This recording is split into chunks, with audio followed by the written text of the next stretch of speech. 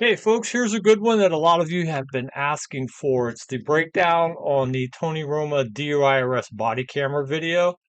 I'm your Daytona Beach lawyer, Patrick McGeehan. I am your best friend at your worst time. I was a Miami-Dade County Sheriff's deputy for almost 20 years, and I made thousands of these arrests.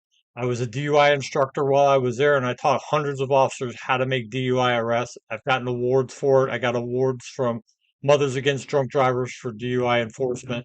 And as a lawyer, I regularly defend DUI clients.